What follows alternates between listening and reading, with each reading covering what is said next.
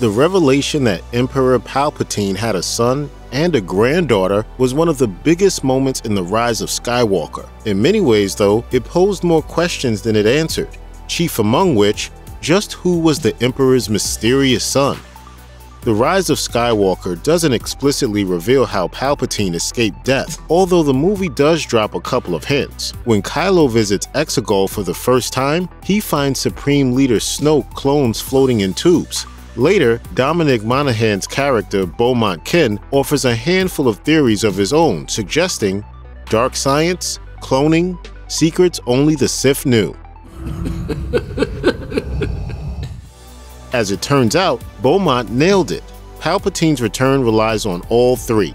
Like the Star Wars movie novelizations, Ray Carson's The Rise of Skywalker Expanded Edition fleshes out the story that unfolded on the big screen, including the details of Palpatine's return. Long story short, he used clones. During the Imperial era, Palpatine set up a secret cloning lab on the planet Exegol. As he fell down the second Death Star's reactor shaft in Return of the Jedi, he used the Force to project his consciousness into a new body on the far-off Sith stronghold, a skill that the novel implies he learned from his former master, Darth Plagueis. Unfortunately, things didn't go exactly as Palpatine had planned. The novel explains, the secret place had not completed its preparations, the transfer was imperfect, and the cloned body wasn't enough.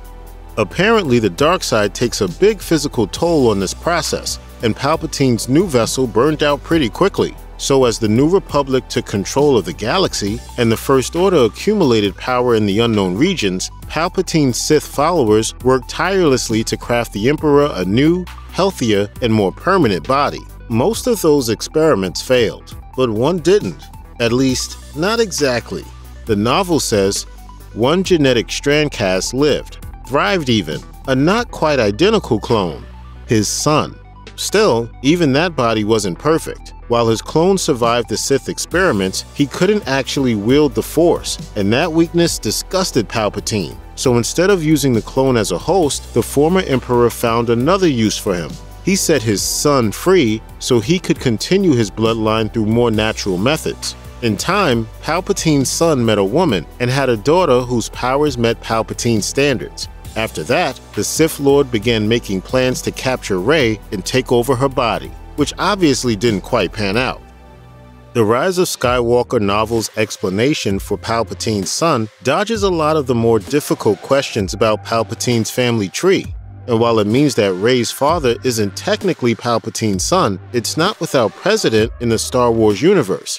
Back in the prequel era, for example, Jango Fett treated his own young clone Boba like a son. This is pretty much the same thing, or it is for now at least. The Star Wars movie novelizations occupy a liminal space in the franchise's continuity, and it's entirely possible that future projects will retcon Carson's work. While Disney claims that all Star Wars material created after 2014 are a part of the canon, that's not strictly true, and movie novelizations only seem to count so long as they're not contradicted by other, higher-profile material.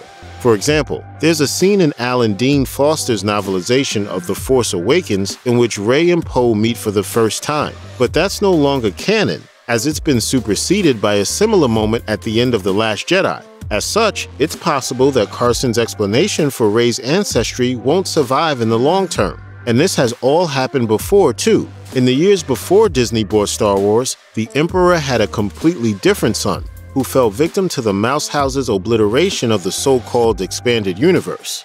I felt a great disturbance in the Force, as if millions of voices suddenly cried out in terror and were suddenly silenced. As told in Paul and Hollis David's Jedi Prince novels, the Emperor's original son was Triclops, a three-eyed human with considerable Force powers. However, to understand his origins, you actually have to go back to the prequel timeline, where you'll find a woman named Sly Moore, a Force-sensitive native of the planet Umbara. Moore was one of Palpatine's most trusted advisors. Not only was she one of the few people privy to Palpatine's alter ego, Darth Sidious, and his plan to overthrow the Republic, but rumors suggested that they were lovers too. Moore gave birth to Triclops after impregnating herself with Force-sensitive DNA she procured from an anonymous source, which is largely implied to be Palpatine. On top of that, Moore is also responsible for creating Triclops' biggest rival. While conducting her bioengineering experiments, Sly created a different three-eyed mutant named Trioculus, who tried to take control of the Empire following Palpatine's death. Of course, there's pretty much no chance that either J.J. Abrams or his Rise of Skywalker co-writer Chris Terrio so much as glanced at Triclops' story while writing Episode 9. Indeed, outside of the David 6 Jedi Prince novels, which are aimed squarely at children, he doesn't make much of an impact on the old expanded universe. Still, there are some striking similarities between Triclops and Rey's unnamed father. For one, neither of them got along with their dad. After Triclops was born, Palpatine banished him to the spice mines in Kessel, fearing his power and his pacifist philosophy.